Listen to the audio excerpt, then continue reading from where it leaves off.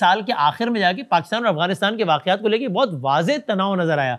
ज़ाहिर है जानने वाले जानते हैं कि तनाव डिस्कस तो हो रहा था ताकतवर ऐवानों में कुछ महीनों से और बड़ी सख्त बातें हो रही थी, लेकिन फिर तो हमने देखा कि हमला, एक इल्ज़ामात, ये आपको लगता है कोई इतना सीरियस मैटर है कि अल्लाह ना करे कि इसका असर, क्योंकि माजी में ऐसा हुआ है, पाकिस्तान के दाखिली अमन व अमान की सूरत हाल पर हो जाए अफगानिस्तान को लेके? ये कितना आपको परेशान कौन फैक्टर लगता है या नहीं लगता सुहेल साहब?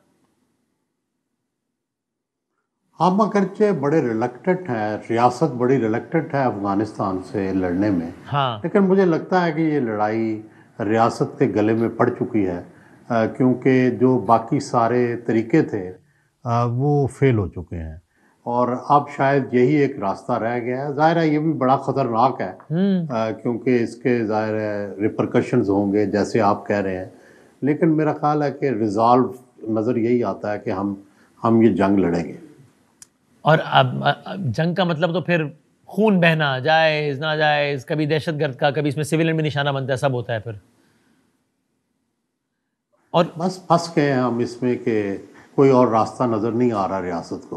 तो आपको इसका इन्होंने सुलह की कोशिश की, इन्होंने उनसे हर तरह से तावन की कोशिश की, लेकिन मुझे नहीं लगता कि कोई भी हरबा कारगर हुआ। अच्छा, ये अफगानिस्तान की बात हो गई, चूंकि एक सवाल इसी में और ऐड कर लें, चूंकि अब हम पाकिस्तान से बाहर की बात कर रहे हैं, तो ये 2024 तो हमने देखा कि दुनिया की बड़ी बड़ी हुकूमतों में बहुत सारे वाकयात हो गए। बांग्लादेश गिर गया, कोरिया हिल गया, गिरते गिरते बच गया, कनाडा, भारत, वहाँ बशार अल असद की रिजीम ख़त्म हो गई, अफगानिस्तान का हमने तस्करा किया, बहुत कुछ हुआ ना।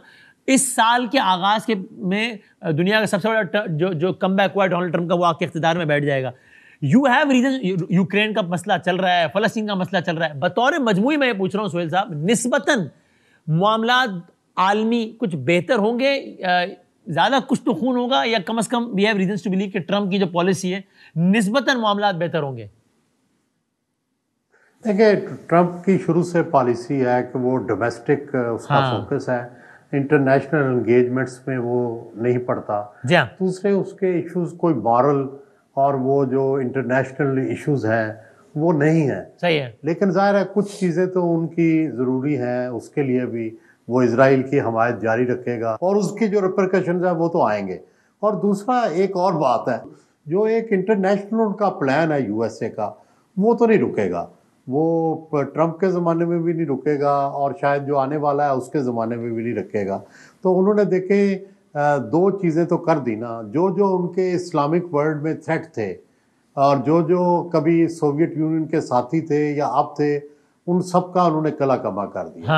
और उनका भी कला कमा कर दिया जो इस्लामी इत्तेहाद का ख्वाब देखा करते थे, वो सारे अब जा चुके हैं। हाफिजुल असद और सीरिया आखिरी रह गया था, बाकी सब चले गए। तो एक जो उनका प्लान है वो तो नज़र आ रहा है, कोई उसमें साजिश ना भी हो तो कम अज़ ये ज़रूर लगता है कि उन्होंने सबको कंटेन कर दिया है मुस्लिम वर्ल्ड में। क्विकली फफाद साहब, ये वाला अफगानिस्तान को लेके आपको भी लगता है कि शायद पुरअमन हल ना निकल पाए अनफॉर्चुनेटली?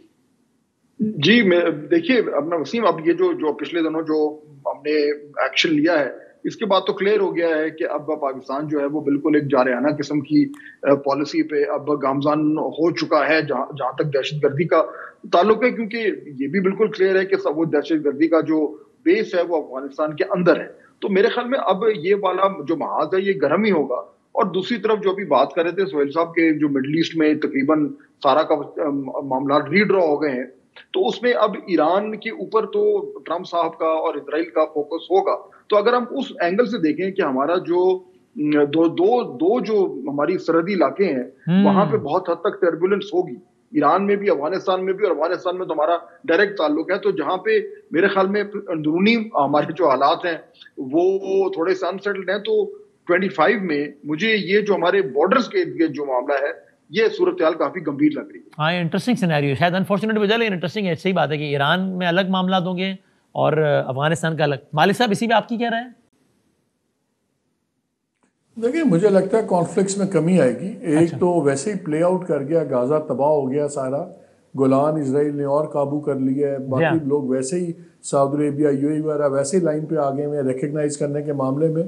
तो मिडल ईस्ट तो टोटली एक ट्रांसफॉर्म मिडल ईस्ट आएगा। मैं अफगानिस्तान पे एक बात करना चाहता हूँ। आपने एक चीज़ नोट की होगी, एक स्ट्राइक नहीं हुई, कोई 3 स्ट्राइक्स हो चुकी हैं अभी तक अफगानिस्तान में, जी हाँ, और बड़ी एयर स्ट्राइक भी बीच में इन्वॉल्व है। आपने देखा बड़ा मेजर रिस्पॉन्स आया अफगान तालिबान का, हाँ, पहले की तरह वो शोला बयानी वो नहीं है। देखिए ये कोई इतना वैक्यूम में नहीं पाकिस्तान कर रहा, पाकिस्तान की बिल्कुल ठीक बात है, बहुत बड़ी मजबूरी है, लेकिन आप ये देखिए कि एक टैसिट अप्रूवल है, और आप अभी भी देखेंगे 2025 में भी आपको बहुत ज़्यादा रिटेलिएशन काबुल से नज़र नहीं आएगी। एक इंटरनल डायनामिक्स अफगानिस्तान में बहुत ज़्यादा है, इससे काबुल अंडर थ्रेट भी है, वो कंधारी फैक्टर, दूसरा फैक्टर जो अलकायदा आईएसआईएस वालों को लोग रिक्रूटिंग हैवी कर रहे हैं। एक मूव चली थी जिसमें इन्होंने बड़े ऑप्शन दिए थे कि आप रिलोकेट करें इन एरिया से या फिर आप पाकिस्तान चले जाएं। अब यहाँ पे बोझ बहुत ज़्यादा बढ़ रहा है। अब वो भी चाहता है काबुल कि ये लोग जो दूसरी ग्रुपिंग में भी शामिल हो रहे थे, हमने अज्यूम कर लिया कि जितने पाकिस्तानी तालिबान, पंजाबी तालिबान और दूसरे बैठे हुए हैं ये सारे काबुल की सपोर्ट में, नहीं सारे काबुल की सपोर्ट में नहीं है। बहुत बड़ा फैक्शन इस वक्त अंधारियों के साथ और दूसरों के साथ दूसरी साइड पे भी एक अलायंस बन रहा है। बेसिकली इस वक्त बहुत से इनमें से लोग वो ठुकरे हैं जिनको काबुल अब सोच रहा है कि हमारे उतने लॉयलिस्ट नहीं रहे, और हमने जो इनको पहले पे बैक था, पे बैक कर दिया हुआ है, बचा लिया इनिशियल में। जब काबुल गिरा, तालिबान आए, इनमें से बहुत ग्रुप्स वो थे जिन्होंने तालिबान के साथ मिल के लड़ाई की थी, अमरीकियों के खिलाफ, बाकियों के खिलाफ। एक आप वो करते हैं अपनी वफादारी का सिला, वो पे बैक भी हो गया हुआ है। अब ये लोग, बहुत से इनमें से लोग दूसरी साइड पे भी प्यार की पींगे बढ़ा रहे हैं। सो ये बड़ी कॉम्प्लेक्स सिचुएशन अफगानिस्तान की इस वक्त, लेकिन ये उतना काबुल डिस्टर्ब नहीं होगा, आपको नजर आएगा जितना माजी में होता था, या एकदम रिटेलिएशन होता था।